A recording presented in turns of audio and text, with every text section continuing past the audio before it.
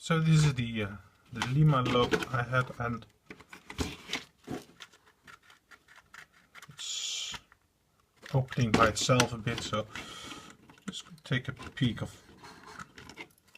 what's inside here, because I don't think it's all that well.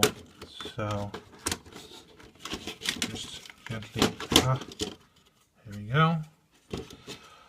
Oh, wow.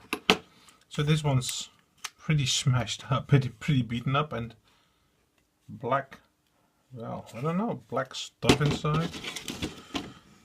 And someone created a custom set of lighting, or this may just be the factory default, because I've seen horrible things inside these early Lima models with just terrible soldering. And I must say this one is, yeah, it's everything is loose, so I don't think this one was driving all that well. And just looking at all the soldering, it's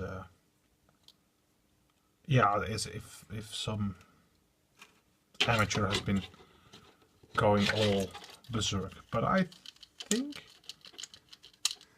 these wheels may just be perfect if I could get them out, which I think I can. And of course the main interest for me is the engine, which is completely dry, but everything seems to be here. And again, the horrible soldering. But that seems to be the case with all these old Limas. They were sold here in the Netherlands, the HEMA.